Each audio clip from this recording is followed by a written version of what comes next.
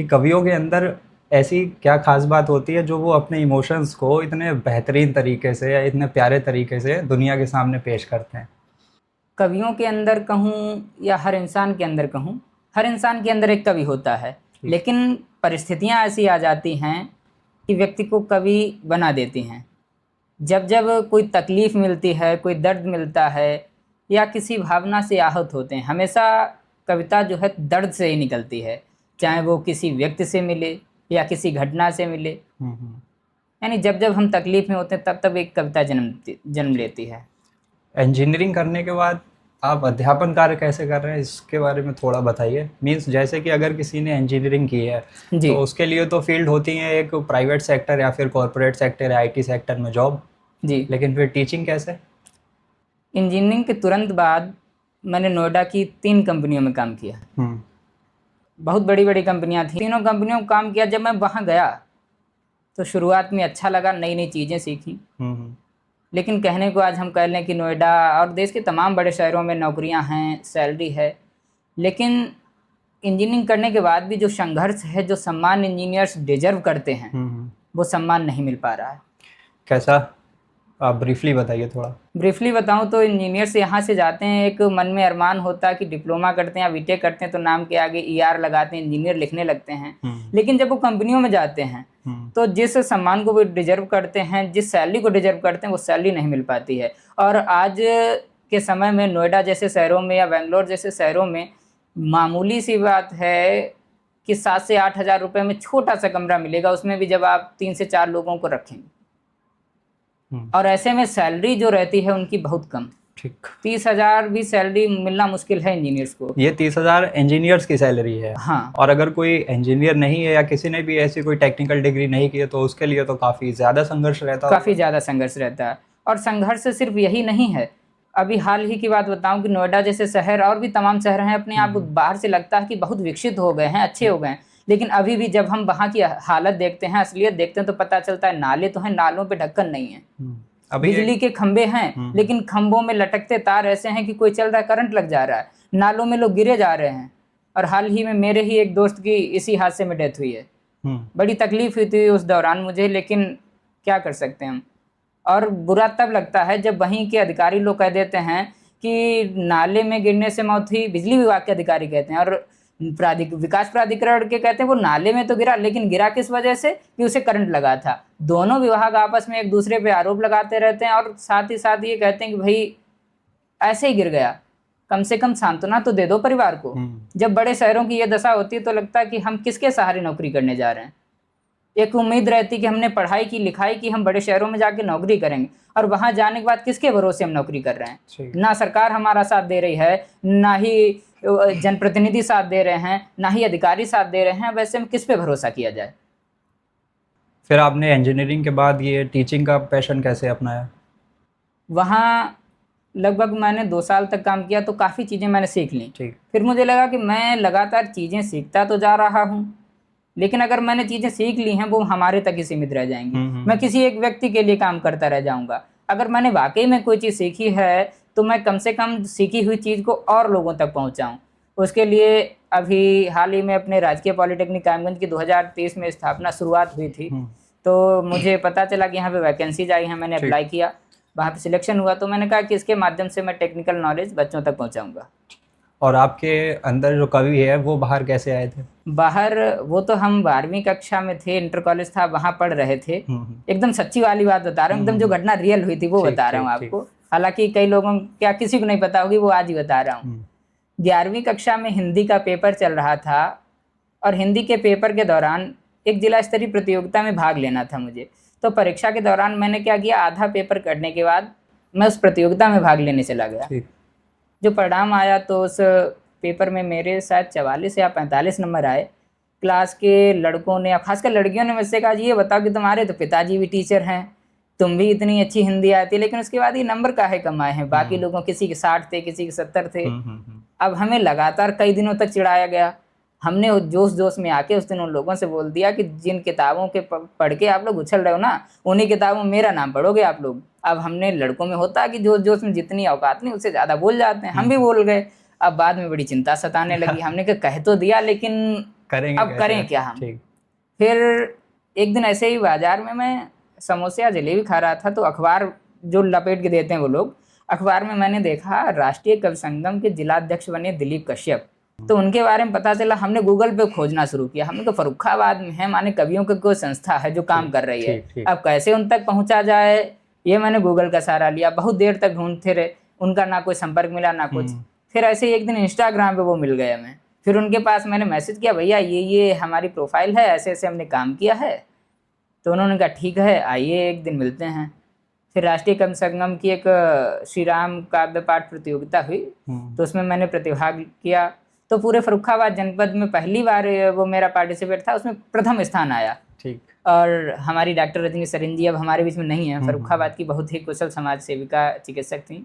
तो उनके यहाँ तो जब मुझे पहली बार पुरस्कार मिला कविता के क्षेत्र में, तो मुझे लगा कि नहीं, मैं लिख सकता हूँ। और जब उन्होंने कहा कि नहीं आपने बहुत अच्छी कविता लिखी, तो थोड़ा थोड़ा अंदर विश्वास बढ़ा कि अब तो मैं और अच्छी कविता लिख सकता हूँ। वहां से शुरुआत हुई हमारी फिर फर्रुखाबाद वो में। याद आया कि हमने एक बार कहा था कि अब तुम लोग मेरा नाम फिर पढ़ोगे। उसके बाद में हुआ ये कि सीतापुर में एक विद्यालय है, नारायण आर्य कन्या पाठशाला महाविद्यालय सीतापुर में है। ठीक। तो वहाँ एक पुस्तिका प्रकाशित हुई किसानों को लेके, उसमें मेरी लिखी हुई कहानी प्रकाशित थी, लगभग 5 से 7 हजार शब्दों की। तो वो किताब विश्वविद्यालय छत्रपति साहू जी से संलग्न है, शायद लखनऊ से है। ठीक। तो उस महाविद्यालय के बच्चों ने पढ़ी, फिर उसकी एक किताब हमारे पास आई। फिर मैंने वो किताब अपने घर में ना रख के उस इंटर कॉलेज के जिन जिन बच्चों ने हमसे ताने दिए थे उनके पास भेजी हमने। और ऐसे ही दूरदर्शन और आज तक में जब हमारी कविता के शो आए, तो मैंने किसी को नहीं फॉरवर्ड करे, वो खासकर उन बच्चों के पास फॉरवर्ड करे जिनसे मैंने कहा था भैया हमें देखोगे एक बार। हम सब इंसान के अंदर ऐसे इमोशंस होते हैं जिन्हें हम जनरली बाहर नहीं निकाल पाते हैं, लेकिन कवियों में वो ऐसी कला होती है जो वो कविताओं के थ्रू वो इमोशंस बाहर निकाल देते हैं। ऐसा आपके साथ कभी हुआ है कि कुछ इमोशंस आपने अपनी कविताओं के जरिए बाहर निकाले हो? कई बार ऐसा हुआ है। जन्मदिन के बाद, हम जन्मदिन जब हम मनाते हैं तो इंतजार रहता सुबह से लेकर शाम तक, जैसे ही 12 बजते हैं इंतजार रहता कि मैसेज आ जाए। कुछ खास लोगों के मैसेज का इंतजार होता है हमें कि अभी आएगा अभी आएगा। 12 से लगता कि चलो कोई बात नहीं, खास लोग सो रहे होंगे। 12 बज गए, 1 बज गया, 2 बज गए, 3 बज गए, बहुत से लोगों के मैसेज आते हैं। ऐसा ही हुआ एक बार। तो अब कहें तो कहें किससे। ठीक। बैठे बैठे बैठे बैठे फिर क्या हुआ, ऐसे ही हमने फिर उस दिन एक गीत लिखा। तो वो गीत की 2 पंक्तियां सुना रहा हूँ। बिल्कुल। अभ्यंतर के अंतर में भी मच रहा कलेश, तुम्हारा नहीं आया संदेश, तुम्हारा नहीं आया संदेश। सिर्फ तुम्हारे ही संदेशों की थी मुझको अति प्रतीक्षा, क्या लिखा है तुमने मेरे हित देखन की थी इच्छा। तुम ना मिली तो अब जीवन में कुछ भी रहा ना शेष, तुम्हारा नहीं आया संदेश, तुम्हारा नहीं आया संदेश। तो इस प्रकार के रचनाएं ऑटोमेटिक लिख जाती हैं, उसमें कुछ करना नहीं पड़ता है। ऐसे ही एक बार रोने का मन कर रहा था, आंसू भी आ रहे थे, तो पूरी आंखें गीली हो गई थी। तो अब रो तो सकते नहीं, एक मान्यता भी है हमारे समाज में कि लड़के नहीं रोते हैं, लड़के नहीं तो कैसे रोएं। ठीक। तो मैं तो नहीं रोया, लेकिन रोते हुए कुछ शब्द लिखे, एक गीत लिखा। उस गीत की कुछ पंक्तियां इस प्रकार थीं। अंतर मन में चोट दे रहे पुष्प सुगंधित पीले रे, गीले रे नैना गीले रे, हो नैना गीले रे, हो नैना गीले रे। शीतल पवन लगे चाटे सी, पुष्प कली चुभती कांटे सी, चैन गया मेरी गई शांति है, मन में फैली विकट भ्रांति है। दुनिया ये पागल अब कहती, अश्रुधार आँखों से बहती, चारों ओर से छाए वियोग में दुख के बादल नीले रे, गीले रे नैना गीले रे, हो नैना गीले रे। इस प्रकार से गीत लिखा था उस समय। अच्छा, कवियों के मन में जैसे दर्द आया तो उन्होंने अपने दर्द को रोने की जगह कविता में चेंज कर दिया, जी। लेकिन अगर वो मर्द जो कवि नहीं है उसके अंदर दर्द आया तो वो क्या करे? हर व्यक्ति को चाहे वह एक गीत या काव्य की किसी विधा में ना लिख पाए, हो सकता है कि ये पहली बार लिखने जाएं तो लगे कि हम ये प्रॉपर कविता नहीं लिख पा रहे हैं, लेकिन अगर आपके मन में कोई तकलीफ है उसे कागज़ पे लिखना चाहिए, चाहे वो गीत विधा में लिखें, गज़ल विधा में लिखें, या फिर आप उसे कहानी के फॉर्मेट में लिखें या जनरल डायरी के फॉर्मेट में लिखें, लेकिन लिखना चाहिए। लिखने से क्या होता है, जो मन में विचार चल रहे होते हैं वो लिख देने से थोड़ा मन हल्का हो जाता है। अगर आप किसी से नहीं कह पा रहे हैं नहीं तो कह पा रहे हैं तो एक ये मिथ है या फिर सच्चाई है वो तो आप ही बताएंगे कि जैसे कवियों की जो प्रेमिकाएं होती हैं वो ज़्यादा खुश रहती हैं क्योंकि उनके अंदर एक कला होती है उनकी चीज़ों को बयां करने की। कवियों की प्रेमिकाएं हैं क्या, कवि तो जिसके साथ बैठ जाते हैं, कवियों के दोस्त अगर अपनी प्रेमिका को कवि के सामने लेके आए वो तो अपनी कविताओं के माध्यम से उन्हें भी खुश कर देते हैं। ठीक। तो कवि हर व्यक्ति को खुशी बांटने का काम करता है, सिर्फ प्रेमिकाओं को नहीं। सिर्फ प्रेमिकाओं को नहीं, समाज में बुजुर्ग, बच्चे, वयस्क कोई भी हो, हर व्यक्ति के साथ बैठ के खुशियां ही बांटने का काम करता है कवि। और समाज में जितनी भी कुरीतियां फैली हुई हैं अपनी कविताओं के माध्यम से उन्हें भी समाप्त करने का काम कवि करता है। ठीक। अच्छा, जो पुरानी हमारी पोइट्री थी उनमें प्यार शब्द को जिस तरीके से बयां किया गया है, क्या वो प्यार आज के ज़माने में भी वैसा ही चल रहा है? आज के समय में प्यार परिवर्तित हो चुका है। प्यार के वास्तविक मायने भी जिन्हें नहीं पता हैं वो भी अपने आप को प्रेमी बता रहे हैं। आपके हिसाब से क्या मायने होते हैं प्यार के? प्यार समर्पण का दूसरा रूप है। यदि आप किसी के प्रति समर्पित नहीं हैं पूरी तरह से तो वो प्यार नहीं है। सिर्फ दूसरे से कुछ चाहना ये प्यार नहीं हो सकता है। प्यार के लिए आपको उस हद तक जाना पड़ेगा जिस हद तक प्रभु श्री राम गए थे, समंदर के सीने पे पुल बना दिया था। प्यार के लिए आपको उस हद तक जाना पड़ेगा जिस हद तक दशरथ मांझी गए थे, पर्वत का सीना चीर के रास्ता बना दिया था। प्यार के लिए ये नहीं कि शुरू में प्यार किया, बाद में किसी लड़की के 40, 45, 50 टुकड़े करके फ्रिज में बंद कर दिए, ये प्यार नहीं हो सकता है। और ये आज की युवा पीढ़ी को समझना चाहिए कि हम जिससे प्यार कर रहे हैं क्या वास्तविक में वो मुझसे प्यार कर रहा है या सिर्फ दिखावा कर रहा है। बिना जाने, बिना समझे, बिना सोचे एक रास्ते पर चल पड़ते हैं कि ट्रेंड फॉलो कर लिया कि नहीं, हमारी उम्र 18 की हो गई, 17 की हो गई, हम लड़के हैं, हम लड़कियां, तो हमें भी प्यार करना है। किससे करना है, क्यों करना है, किन परिस्थितियों में करना है, क्या हमारी विचारधारा मैच कर रही है, क्या हमारे दिल मैच कर रहे हैं, कोई मतलब नहीं, बस प्यार करना है। इन चीज़ों से बचना चाहिए। विचारधारा से एक चीज़ बताइए, जैसे आजकल आपने सबसे ज़्यादा सुना होगा कि पति और पत्नियों के डाइवोर्स केसेस सबसे ज़्यादा बढ़े हैं जी। तो मेरे हिसाब से जो मेन इसका रीज़न है वो है एक दूसरे की विचारधारा मैच ना होना। जी, आपके हिसाब से क्या है? देखिए, इसके लिए मैं सिर्फ एक बात कहना चाहूँगा कि पति हो या पत्नी, आजकल के जितने भी युवा हैं इस पॉडकास्ट के माध्यम से सुनेंगे, या तो आप जिससे प्रेम कर रहे हैं उससे शादी कर लीजिए, चाहे उसके लिए आपको कितनी भी कोशिशें करनी पड़े, कर लीजिए शादी।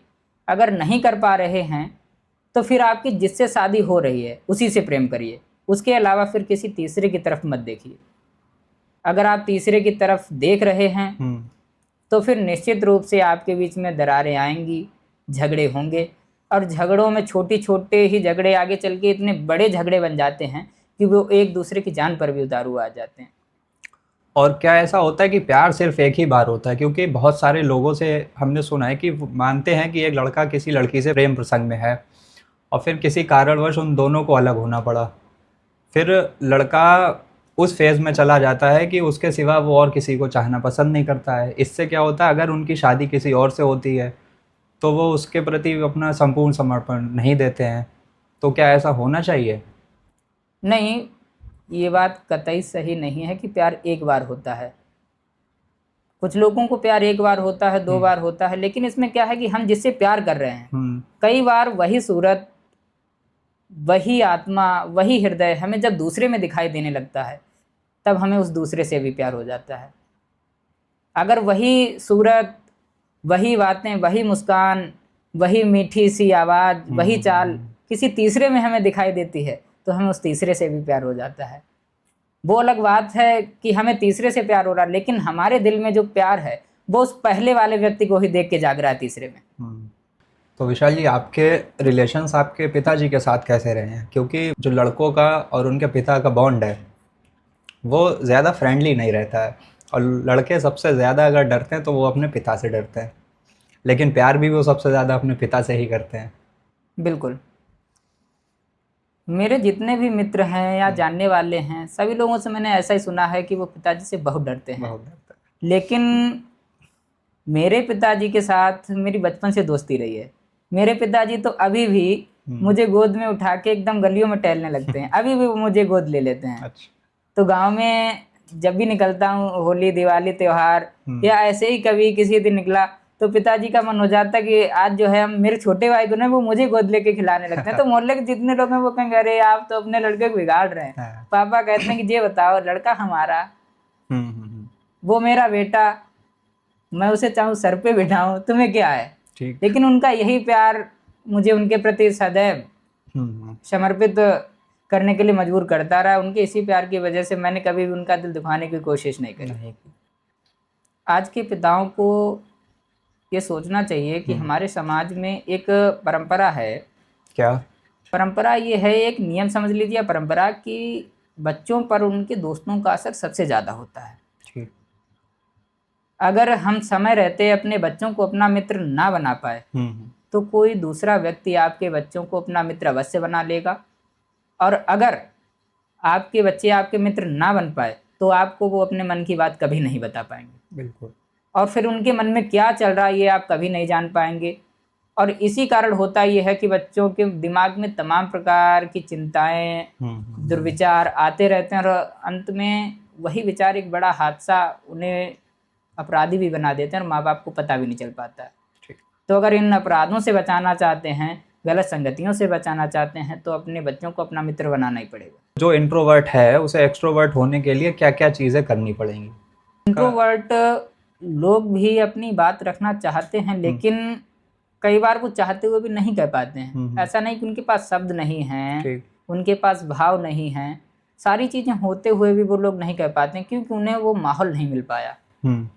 उनके जो मित्र रहे वो भी ऐसे रहे कि आपस में तो बात कर लेंगे, लेकिन किसी मंच पर, किसी विषय पर जब सामूहिक चर्चा हो रही है तब बात नहीं कर पाते हैं। तो इन सब के लिए उन्हें रेगुलर किताबों का अध्ययन और अपने से बड़ों के बीच में बैठना होगा और बड़ों से बात करनी होगी। और जब पहले तो अपने घर के बड़ों के साथ बैठने, फिर अपने परिवार के बड़ों के साथ बैठने, फिर अपने मोहल्ले के बड़ों के साथ बैठने, फिर अपने शहर के बड़ों के साथ बैठने, फिर अपने ज़िले के बड़ों के साथ बैठने, ऐसे ही अपने प्रदेश और तब जाके अपने देश के बड़ों के साथ बैठ पाएंगे। और ऐसा करके वो इंट्रोवर्ट से एक्सट्रोवर्ट हो सकते हैं। सोशल मीडिया का यूजेज सबसे ज़्यादा आजकल लोग कर रहे हैं। ये जो हमारी सोशल मीडिया है इसने हमारे इमोशंस को रियल बनाया है या अब ये हमारे इमोशंस फेक बना रही है? सोशल मीडिया पे लगभग 70% से लेके 80% तक इमोशंस फेक हैं। उसमें क्या है कि आदमी हंस रहा है, पार्टी एंजॉय कर रहा है, डांस कर रहा है, किसी की उसने खबर देखी कि डेथ हो गई तो खुद तो डांस कर रहा है, एंजॉय कर रहा है, वहाँ एक सैड इमोजी भेज दी और फिर डांस कर रहा है, या फिर स्टेटस लगा दिया। स्टेटस लगा दिया, चिट्ठी ना कोई संदेश, जाने वो कौन सा देश जहाँ तुम चले गए, और खुद डांस कर रहे हैं। चला गया यार मेरा आसमां को छोड़कर, ढूंढ रहे हैं सितारे, दिल गया तोड़कर, ऐसे गाने लगा रहे हैं, खुद बैठे एंजॉय कर रहे हैं, कोई फर्क नहीं पड़ा। और कुछ लोग वास्तव में इतने दुखी होते हैं कि वो स्टेटस लगाना तक भूल जाते हैं। उन्हें नहीं है समय, उनके हाथ पैर काम नहीं कर रहे, और लोग क्या मान रहे हैं, इनका तो बहुत अच्छा दोस्त था, इन्होंने स्टेटस तक नहीं लगाया। लेकिन वो भावनाएं नहीं समझ पा रहे, वो इमोशन नहीं समझ पा रहे कि किस इमोशन में है, वो कहाँ चला गया, वो कितना खो गया है। और मान लो उसे 1-2 दिन तो उस दुख से उबरने में लग गए। तो ऐसे में सोशल मीडिया के इमोशन तो एकदम फेक हैं। और ज़्यादातर सोशल मीडिया पे ऐसा भी होता है, व्यक्ति जैसा अपना व्यक्तित्व दिखाता है वो उसका कहीं ना कहीं उल्टा निकलता है अगर रियलिटी चेक होती है उस चीज़ की। तो जो हमारा यूथ है वो सोशल मीडिया से अगर इन्फ्लुएंस हो रहा है ये सब चीज़ें देख के, तो उनके लिए आपका क्या मैसेज होगा? सोशल मीडिया के माध्यम से हम सिर्फ उन चीज़ों को ग्रहण करें जो वाकई में पॉजिटिव हैं, जो हमारे लिए बेहतर हैं। वरना सोशल मीडिया पे अच्छाइयाँ भी हैं, बुराइयाँ भी हैं। सोशल मीडिया के ही माध्यम से हम अपराधी भी बन सकते हैं और सोशल मीडिया के ही माध्यम से हम एक श्रेष्ठ व्यक्ति भी बन सकते हैं। ये हमारे ऊपर निर्भर है कि हम सोशल मीडिया का उपयोग कैसे कर रहे हैं। आपके हिसाब से सफलता की क्या परिभाषा होती है? मतलब एक अगर कोई व्यक्ति सफल है तो उसके पास क्या क्या होना चाहिए, या फिर क्या क्या ऐसी कंडीशंस हैं जो सब मिलके एक सफलता शब्द बयां करती है?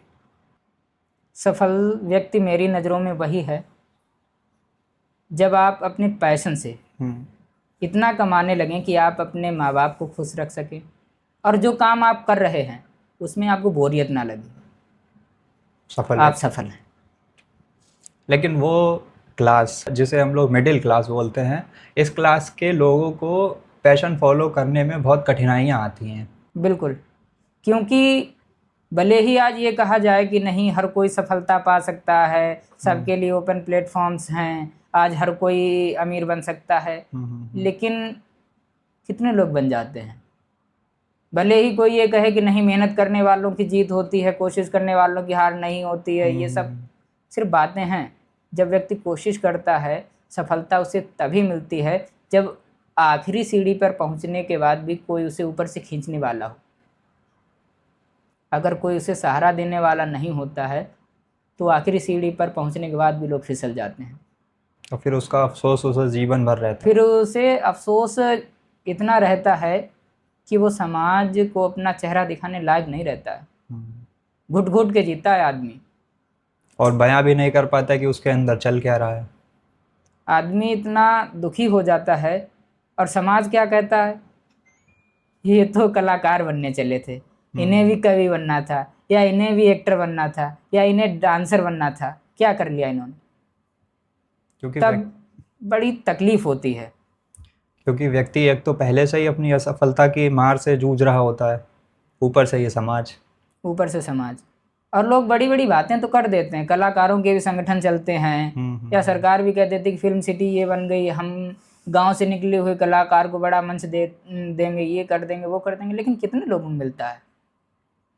सच्चाई ये है कि जो 4-6 बड़े नाम होते हैं उनको लाके फोटो खिंचा के प्रोग्राम हो जाते हैं, अखबारों में छप जाता है, न्यूज़ चैनलों में आ जाता है, लेकिन सच्चाई ये होती है कि गांव से निकलने वाले लोग संघर्ष ही करते रह जाते हैं। मुंबई जैसे शहरों में जाते हैं, लाइन में लगते हैं, लगातार 7 से 8 किलोमीटर डेली पैदल चलते हैं। कई दिनों तक तो वो लोग 15-15 किलोमीटर तक पैदल चलते हैं। उसके बाद होता क्या है कि 1-2 छोटे छोटे प्रोजेक्टों में काम भी मिलना शुरू होता है, तो 2000 से 5000 रुपये मिलने शुरू हुए, तब तक वो बेचारा अपने लाखों रुपए खर्च कर चुका होता है। अभी मुंबई गए थे आप? जी। एक्सपीरियंस बताइए हाँ, मुंबई का कैसा रहा? एक्सपीरियंस जब मैं यहाँ से गया, हालांकि हमारे यहाँ भारत में कहा जाता है कि वसुधैव कुटुंबकम, सब लोग भाई भाई हैं, लेकिन सच्चाई ये होती है कि हम कितना भी किसी को भाई मानते रहें, लेकिन बड़े शहरों में जाके सिर्फ लोग पैसे को भाई मानते हैं, इंसान को भाई नहीं मानते। कुछ ऐसी घटना घटित हुई क्या आपके साथ? एक घटना बता रहा हूँ, वहाँ पे कम फ्लैट चाहिए था। फ्लैट हमने वहाँ पे लिया तो जिस व्यक्ति से बात हुई, हमें लगा कि इनके साथ में 2 व्यक्ति खड़े हुए हैं वहाँ पे। एक बोला भैया अभी आप लोग टोकन मनी 3000 जमा कर दीजिए, हम आपका सामान ऊपर पहुँचा रहे हैं। तो 3000 रुपये उसे दे दिए गए। एक सामने खड़ा हुआ फ्लैट का मालिक, दूसरा खड़ा हुआ है व्यक्ति उसके साथ में। अब हमें यही नहीं पता है कि भैया इनके साथ होंगे, तो उन्हें 3000 रुपये दिए गए, बाकी का पेमेंट दूसरे व्यक्ति को किया गया अगले दिन।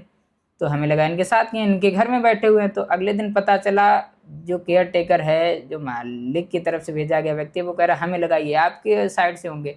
तो 3000 रुपये लेके कोई भाग गया, हमें यही नहीं पता चला कि ये है कौन। तो ऐसा बड़े बड़े शहरों में हो जाता है। और संघर्ष कैसा है वहाँ पर? संघर्ष की बात की जाए तो आज हम जिन लोगों को टेलीविज़न में देख भी रहे हैं, पंचायत वेब सीरीज़ में भी कुछ कलाकारों को देख रहे हैं, उनमें से एक हमें मिले भी थे। और भी बड़ी बड़ी फिल्मों में आए, उड़िया फिल्म के एक बहुत बड़े अभिनेता मिले थे। जब मैं फिल्मों में देखता हूँ तो लगता है अरे वाह ये तो बहुत अच्छा काम कर रहे हैं, लेकिन आज भी उनका जब संघर्ष देखते हैं तो कीचड़ से सनी हुई सड़कों पे पैदल, साधारण सी चप्पल पहने हुए, हाथों में छाता लिए चलते हैं।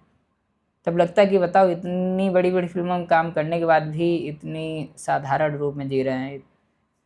समाज के बारे में आपके क्या शब्द हैं? क्योंकि समाज एक ऐसा शब्द है जो ना तो व्यक्ति को सफल देख सकता है और ना व्यक्ति को असफल देख सकता है। समाज समाज के बारे में 4 लाइनें याद आ गई मुझे, वो लाइनें सुनाना चाहूँगा। बिल्कुल। क्यों लगीं चलने हवाएं, क्यों लगीं चलने हवाएं आज फिर उस ओर से, क्यों नमी आँखों में मेरी क्या करोगे जानकर। क्यों लगीं चलने हवाएं आज फिर उस ओर से, क्यों नमी आँखों में मेरी क्या करोगे जानकर।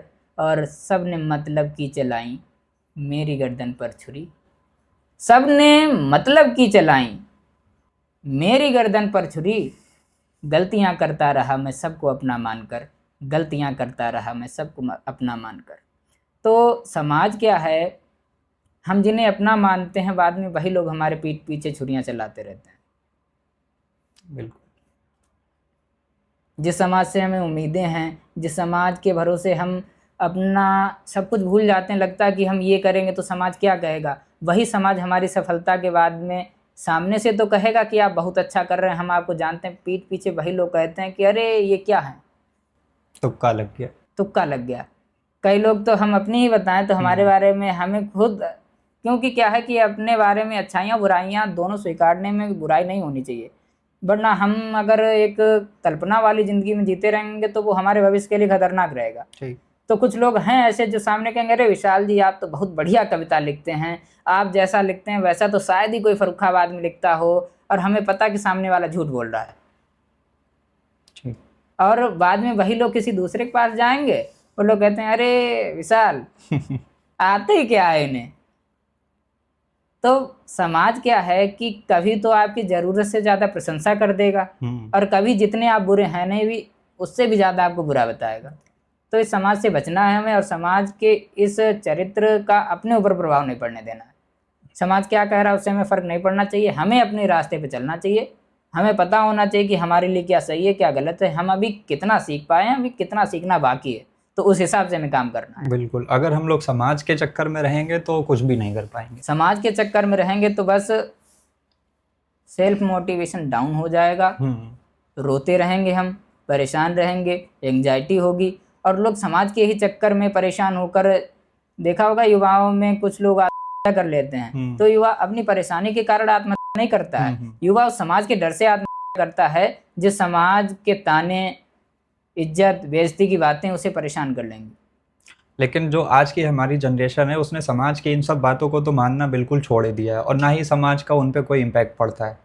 लेकिन इसके साथ साथ क्या आपको लगता है कि समाज के साथ साथ उन लोगों ने पेरेंट्स से भी अपनी दूरी बना ली है? पेरेंट्स से दूरियां हो रही हैं, उसके लिए जिम्मेदार पेरेंट्स और बच्चे दोनों हैं। कैसे?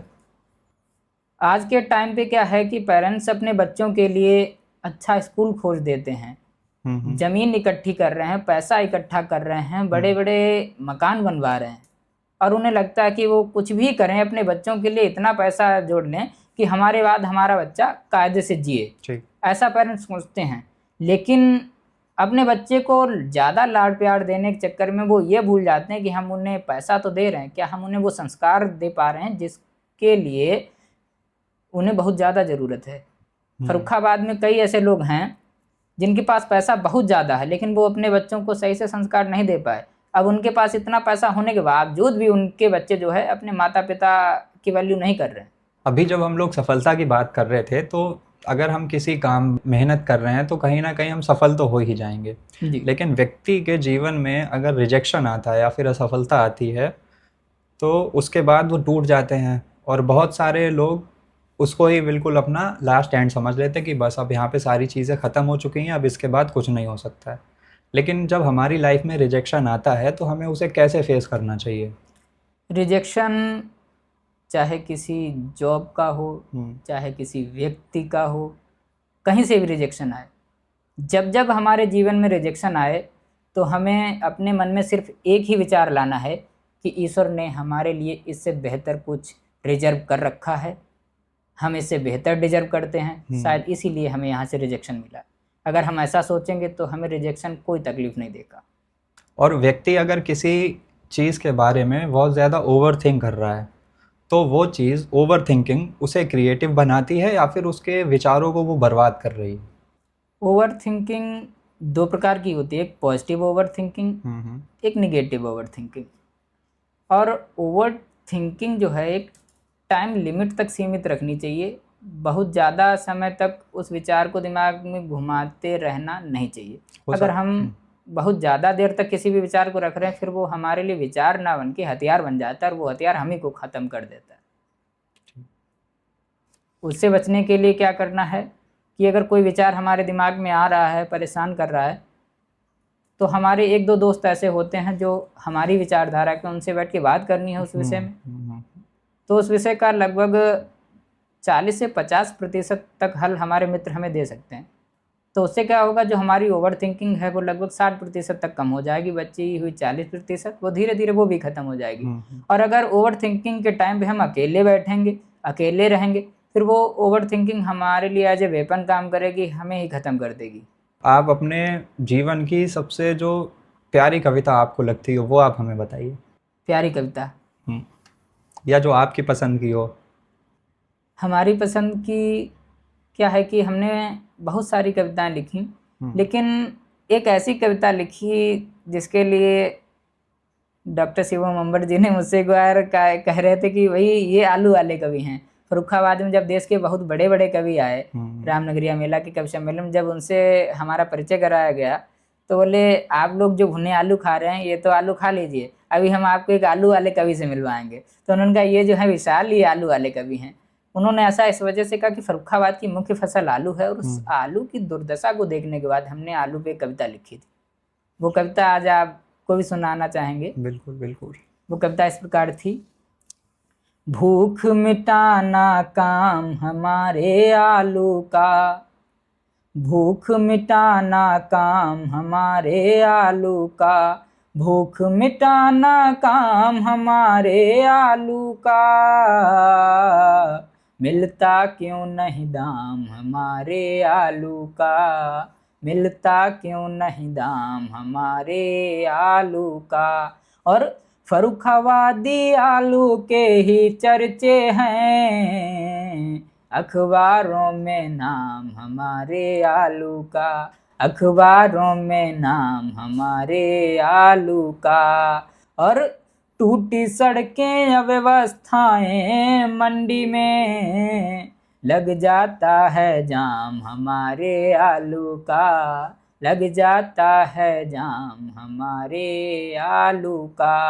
और खाद न मिलती सरकारी गोदामों में, गिरता भाव धड़ाम हमारे आलू का, गिरता भाव धड़ाम हमारे आलू का। और सरकारों से शेष न कोई आस बची, भला करो अब राम हमारे आलू का, भला करो अब राम हमारे आलू का। आप अपने लाइफ एक्सपीरियंस के हिसाब से ऐसी क्या एडवाइस देना चाहेंगे जो कोई भी फॉलो ना करे? एक ऐसी सलाह जो कोई भी फॉलो ना करे।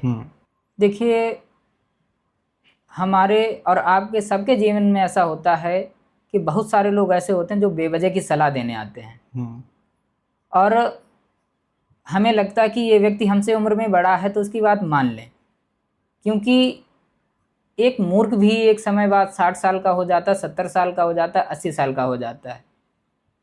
तो जब भी आप कोई सलाह अपने जीवन में उतारें तो सबसे पहले ये ज़रूर देख लीजिए कि सलाह दे कौन रहा है।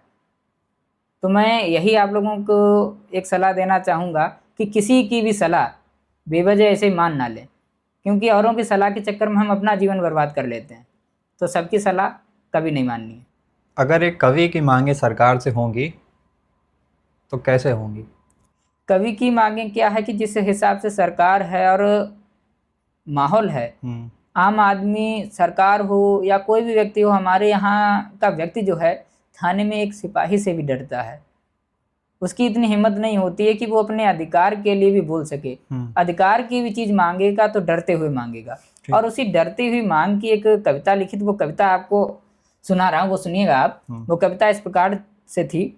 बाकी तो सब ठीक है साहब, पर इतना यदि हो जाता तो, बाकी तो सब ठीक है साहब, पर इतना यदि हो जाता तो दूध, दाल, घी, गैस सिलेंडर, आटा, चावल और चीनी, गाय भैंस कर्जे में बिक गई, बिकी दही खुशबू भीनी, भूखा बच्चा 4 दिनों से, कुछ खाकर यदि सो जाता तो बाकी तो सब ठीक है साहब, पर इतना यदि हो जाता तो। और हाथ काम के काबिल हैं पर इन हाथों को काम नहीं है, हाथ काम के काबिल हैं पर इन हाथों को काम नहीं है, काम अगर मिल भी जाए तो काम मुताबिक दाम नहीं है, और काम धाम का मेरी खातिर इंतजाम यदि हो जाता तो बाकी तो सब ठीक है साहब, पर इतना यदि हो जाता तो। आंखों में आंसू हैं लेकिन खुशी लिखी अखबारों में, आंखों में आंसू हैं लेकिन खुशी लिखी अखबारों में, और फसल की खातिर मिलती खाद नहीं बाजारों में। आलू का सीजन है साहब, आलू का सीजन है साहब, बीज धरा पर बो जाता तो बाकी तो सब ठीक है साहब, पर इतना यदि हो जाता तो। और सड़कों के कातिल गड्ढों में चलते चलते गिरी दोपहिया, सड़कों के कातिल गड्ढों में चलते चलते गिरी दोपहिया, हड्डी टूटी टाँके आए नहीं जेब में बचे रुपया। और इंतजाम जख्मों पे मेरे, इंतजाम जख्मों पे मेरे मरहम का यदि हो जाता तो बाकी तो सब ठीक है साहब, पर इतना यदि हो जाता तो बाकी तो सब ठीक है साहब, पर इतना यदि हो जाता। सरकार के प्रति लिखिए कि हमारे ही गांव और आसपास के लोगों के जीवन को मैंने देखा, उनके जीवन की घटनाएं देखी। लोग अधिकारियों के पास जाते हैं अपनी समस्या लेके, अधिकारी उनका एप्लीकेशन तो पकड़ लेते हैं, उसके बाद कहते हैं जाओ हम देख लेंगे। उसके बाद वो एप्लीकेशन पड़ा रहता है, उस पर कोई काम नहीं होता है। भले ही कितना भी कहा जाए कि सुशासन है, लेकिन कहीं ना कहीं जिस व्यक्ति तक मदद पहुंचनी चाहिए आज भी उस व्यक्ति तक मदद नहीं पहुंच पा रही है। मदद उन्हीं तक पहुंच रही है जो लोग शासन की या क्षेत्रीय नेताओं की चापलूसी कर रहे हैं, उन्हीं को मदद मिल रही है। स्वाभिमानी व्यक्ति आज भी सिर्फ और सिर्फ स्वाभिमान से पेट भर रहा है, उसके पेट को रोटी नहीं है। तो बात अगर प्रशासन के एक्शंस की करें या फिर गवर्नमेंट के डेवलपमेंट की, सारी चीज़ें जर्जर ही दिखाई पड़ती हैं जी। तो सरकार जो डेवलपमेंट के नाम पे जनता को कह सकते हैं बेवकूफ़ बनाती है, इसके पीछे की वजह क्या रहती है मेन? वजह क्या है कि विपक्ष के लोग जो हैं वो सही मुद्दों के साथ, सही लोगों के साथ जनता तक पहुंच नहीं पा रहे हैं, और इसी का फायदा सत्ताधारी पार्टियों को मिल जाता है। जैसे क्या है कि पूर्व की सरकारें रहीं, सरकार का शीर्ष नेतृत्व तो बहुत अच्छा रहा, लेकिन उनकी ही पार्टी के छोटे छोटे नेताओं द्वारा गांव में आम आदमी को बहुत परेशान किया गया, जिसके कारण हुआ ये कि लोगों ने वो सरकार बदल दी। अब इस सरकार में क्या है कि आम आदमी मुख्य प्रशासन से ही, मुख्य शासन से ही दुखी है। एक भी योजना ऐसी नहीं आ रही है जिससे व्यक्ति सुखी रहे, खुश रहे। योजनाएं तो चलने को तो इतनी योजनाएं आती हैं कि पूरी किताब छप जाती है योजनाओं से, लेकिन आदमी सोचता है कि इसमें हमारे लिए कौन सी है, जैसे अभी नहीं मिल पाती है। आम आदमियों के लिए सरकार की एक योजना होती है कि आधार कार्ड पे लोन पाएं, लेकिन जब वही व्यक्ति अपना आधार कार्ड लेके बैंक जाता है, उसे वास्तविक जो सच्चाई होती है वो तब पता चलती है कि एक छोटा सा लोन पाने के पीछे कितनी बड़ी प्रक्रिया है। इस प्रक्रिया को आपके पॉडकास्ट के माध्यम से मैं जो सच्चाई है, जो देखी हुई सच्चाई है, वो बताना चाहूँगा। बिल्कुल। गांव के लोग बैंक में लोन कराने जाते हैं, भले ये अधिकारी वीडियो देखें, उन्हें भी पता होगा कि हकीकत है। होता क्या कि गांव का व्यक्ति जाता है, किसान क्रेडिट कार्ड बनवाता है, लोन पास करवाता है, और जबकि वो लोन उसका हक है, मिलना चाहिए, लेकिन उस लोन के लिए अगर व्यक्ति ने 1 लाख का लोन लिया है तो 10 से लेके 20,000 तक रुपए बैंक के कर्मचारी उससे ले लेते हैं। कहते हैं जब तक ये जमा नहीं करोगे तब तक हम आपका लोन नहीं करेंगे। ना तो वो किसान कहता है, क्योंकि अगर कह देंगे तो हमें मिलेगा नहीं। अब कोई शिकायत करने वाला भी नहीं है, कोई जांच करने वाला भी नहीं। जब तक शिकायत नहीं होगी तो जांच कौन करेगा? तो ये सच्चाई है। अगर इस पूरे मुद्दे को कवि बयां करेगा तो कैसे करेगा? पूरे मुद्दे को बयां करेगा कवि कैसे करेगा? धीरे धीरे क्या है कि पहले हम, एक समय था जब हम अंग्रेजों के गुलाम रहे, उससे पहले कई लोगों ने देश पे अत्याचार किया। धीरे धीरे क्या है कि हम देख रहे हैं कि स्थितियां ये हो गई हैं कि हम अमेरिका के गुलाम होते चले जा रहे हैं। पहले तो लगता था कि भारत पाकिस्तान का युद्ध हुआ, भारत जीत रहा है, अब कश्मीर हमारा हो जाएगा। अमेरिका ने कह दिया तो बताओ हम सीज फायर कर बैठे। अगर अमेरिका का राष्ट्रपति खुद कह रहा है कि नहीं, ये हमने करवाया है, और कोई खुल के ये भी कहने वाला नहीं कि अमेरिका ने नहीं करवाया है। तो ऐसी स्थिति में जब देश पे किसी दूसरे देश का शासन चलने लगे, तब एक रचना लिखी, वो रचना सुनाना चाहूंगा, वो सुनिएगा आप। अमेरिका के ना हो हम गुलाम, अमेरिका के ना हो हम गुलाम, लाज राख लीजिए राम, अमेरिका के ना हो हम गुलाम, लाज राख लीजिए राम। छोटे छोटे देशों में झगड़ा कराए, छोटे छोटे देशों में झगड़ा कराए, छोटा मोटा झगड़ा नहीं तगड़ा कराए, कर रखा है जीना हराम, लाज राख लीजिए राम, अमेरिका के ना हो हम गुलाम, लाज राख लीजिए राम। शक्तिशाली हम हैं और शक्ति वो दिखाए, मेहनत का पैसा सारा टैरिफ में जाए, उसके हाथों में थमाई क्यों लगाम, लाज राख लीजिए राम, अमेरिका के ना हो हम गुलाम, लाज राख लीजिए राम। और मुझको तो लगे है उनका नेता भट्ट टायर, मुझको तो लगे है उनका नेता भट्ट टायर, कहता फिरता उसने ही कराई सीज फायर, अपनी चीजों के महंगे किए दाम, लाज राख लीजिए राम, अमेरिका के ना हो हम गुलाम, लाज राख लीजिए राम। और विश्व गुरु अपने अब बोल नहीं पाते, विश्व गुरु अपने अब बोल नहीं पाते, इसीलिए ट्रंप चचा आंख हैं दिखाते, अपने वाले उनके अपने वाले अपने वाले अपने वाले उनके ही गुण गाएं सुबह शाम, लाज राख लीजिए राम, अमेरिका के ना हो हम गुलाम, लाज राख लीजिए राम। तो काफ़ी समय से अगर मानते हैं जनता खामोश है, तो वो एक टाइम पीरियड होता है जब व्यक्ति खामोश रहता है, लेकिन फिर जब वो कमबैक करता है। एक कवि के रूप में अगर इस प्रश्न का जवाब दूं तो 4 पंक्तियों के माध्यम से इसका जवाब देना चाहूँगा। वो पंक्तियाँ इस प्रकार होंगी। विश्व भरी मधुमक्खियाँ नादान बनकर आएंगी, विश्व भरी मधुमक्खियाँ नादान बनकर आएंगी, श्राप सी बातें भी कल वरदान बनकर आएंगी, और खामोश हूँ तो ये ना समझो हार कर बैठा हूँ मैं, खामोशियाँ ही कल मेरी तूफान बनकर आएंगी, खामोशियाँ ही कल मेरी तूफान बनकर आएंगी। अभी हम लोग बात कर रहे थे बच्चों की और उनके माता पिता के रिलेशंस के बारे में। तो आपने भी देखा होगा कि वृद्धाश्रम में काफ़ी सारे लोग अब अपने माँ बाप को छोड़ आते हैं। वृद्धाश्रम में माता पिता को छोड़ने के पीछे की एक वजह ये भी है कि कुछ लोग इसका मानना ये मानते हैं कि शादी के बाद लड़का बदल गया है, बहू के चक्कर में आ गया, इस कारण अपनी माँ को छोड़ आया है। एक व्यक्ति की जब शादी होती है तो 23 से 25 साल के बीच में होती है। ठीक। अब 23 से 25 साल के बीच का लड़का इतना तो बेवकूफ़ नहीं है कि थोड़े दिन पहले मिली लड़की उसका माइंड डाइवर्ट कर दे। और एक लड़की अगर 12वीं पास है, अगर पास नहीं भी है, पढ़ी लिखी नहीं भी है, तो भी उसके पास एक दिल है। जबकि स्त्रियों को कहा जाता है कि मानवता, ममता, दया अगर किसी में होती तो वो एक स्त्री में ज़्यादा होती है पुरुष की अपेक्षा। ठीक। तो ममता और दया वाले हृदय में इतनी कठोरता कैसे आ गई कि वो एक माँ को या एक बूढ़े बाप को वृद्धाश्रम में भेज दे। तो इसके पीछे कहीं ना कहीं दोनों, लड़के और लड़की यानी बेटा और बहू, दोनों जिम्मेदार हैं। ऐसे में क्या है कि कई बार ये भी होता है कि माता पिता के संस्कारों का भी प्रभाव पड़ता है कि वो समय रहते उन्हें सही संस्कार नहीं दे पाते हैं, जिसके कारण होता ये है कि बाद में बुढ़ापे पे उन्हें पछताना पड़ता है।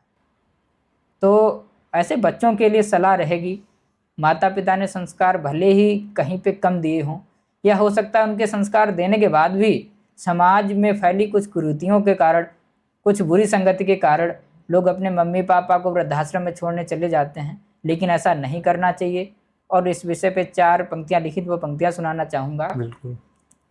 मात पिता के अरमानों से क्यों अपना मुंह मोड़ाए, मात पिता के अरमानों से क्यों अपना मुंह मोड़ाए, जिसने कांधे पर बैठाया उसके कांधे तोड़ाए, तुमको लेकर स्वप्न सजाए जिसने अनगिन रातों को, आज उसी को क्यों अचानक तुम वृद्धाश्रम छोड़ाए, और अचानक आज उन्हीं को क्यों वृद्धाश्रम छोड़ाए। दहेज प्रथा के खिलाफ हैं आप? दहेज प्रथा के खिलाफ बिल्कुल, क्योंकि दहेज के ही कारण मैंने खुद एक दृश्य देखा था, तो उस दृश्य को देखने के बाद अंतरात्मा इतनी ज़्यादा भावुक हुई कि जैसा आपने शुरू में प्रश्न किया था कि छोटी छोटी घटना से कभी भावुक होकर इमोशनल होकर कैसे वो अपने इमोशंस को कविता में ढाल देते हैं। तो उस इमोशन से एक कविता लिखी थी, वो कविता आपको सुनाना चाहूँगा। वो कविता आप सुनिए। नववधू के हाथ की हल्दी न छूटी, नववधू के हाथ की हल्दी न छूटी, निर्दयी लोगों ने कैसा खेल खेला, नववधू के हाथ की हल्दी न छूटी, निर्दयी लोगों ने कैसा खेल खेला, मम्मी पापा की प्यारी थी पूरे घर की राज दुलारी, हल्दी वाले हाथों को ले आकर फंस गई कहाँ बेचारी, मायके की लड़ती ने पाया ससुराल में खुद को अकेला, नववधू के हाथ की हल्दी न छूटी, निर्दयी लोगों ने कैसा खेल खेला। गीत लंबा है, लेकिन इस दहेज प्रथा के संबंध में एक छोटी सी बात कहना चाहूँगा कि जितनी भी दहेज से संबंधित घटनाएं हो रही हैं, अपराध हो रहे हैं, व्यक्ति अपनी बहू से या अपने रिश्तेदारों से परेशान होकर ये घटना नहीं करता है। उसके ही मोहल्ले में या उसके ही कोई रिश्तेदार ऐसे होते हैं जो आकर उनके कान भर देते हैं, और पड़ोसियों की या रिश्तेदारों की बातों में आकर लोग अपने हंसते खेलते परिवार में खुद ही आग लगा लेते हैं। जबकि उन्हें समझ होनी चाहिए कि हम दूसरों की बातों में आके अपने परिवार में ऐसी कलह क्यों मचा रहे हैं। फिर वही समाज और उसी समाज के चक्कर में लोगों का हंसता खेलता परिवार बर्बाद हो जाता है। उन्हें लगता है कि दहेज के कारण हम, अब कई बार होता ऐसा भी है कि उन्होंने बहू से कोई बात कह दी, उन्हें बुरी लग गई, तो उस बुरी बात के कारण लड़कियां खुद आत्महत्या कर लेती हैं। बाद में रिपोर्ट थानों में लिखाई जाती कि उन्होंने गला घोट दिया, उन्होंने फांसी लगा दी। लेकिन कई बार ये होता है कि लगाई तो नहीं, लेकिन उनकी बातों के कारण लड़की ने फांसी लगा ली होती है, और वो बातें समाज की बातें, और उन्हें लगता है कि हमने ये बातें कह दी हैं, लेकिन उसके चक्कर में क्या होता है, जिसने बातें कही हैं वो तो चला जो गया। कान भरने आया है वो तो अपने घर में बैठ के आराम से इसी कमरे में टीवी देख रहा है, लेकिन उसकी कही बातों के कारण उनके परिवार पे ये प्रभाव पड़ता है कि पूरा घर जेल में सड़ता है, लास्ट तक कहीं के नहीं रहते हैं लोग। ठीक है विशाल भाई, आपका बहुत बहुत धन्यवाद हमारे पॉडकास्ट पे आने के लिए। धन्यवाद इस विशेष एपिसोड का हिस्सा बनाने के लिए, और चाय विद बाबू के कई एपिसोड लगातार देखता रहा। डॉक्टर प्रशांत श्रीवास्तव सर का देखा, उसके बाद में वैभव सुमनसी भैया का देखा, और भी कई सारे लोगों के देखे, श्वेता भाभी जी का देखा, उसके बाद में हाल ही में भी पर्यावरण से संबंधित आया पॉडकास्ट वो देखा, कई सारे पॉडकास्ट देखे। तो कई दिनों से लग रहा था कि इस पॉडकास्ट में फर्रुखाबाद के जितने श्रेष्ठ लोग हैं वही जा रहे हैं, और आज इस पॉडकास्ट का हिस्सा बनने के बाद अपने आप पे भी गर्व हो रहा है और बहुत अंदर से खुशी हो रही है कि इस पॉडकास्ट का मैं भी हिस्सा बनाऊँ आज। धन्यवाद।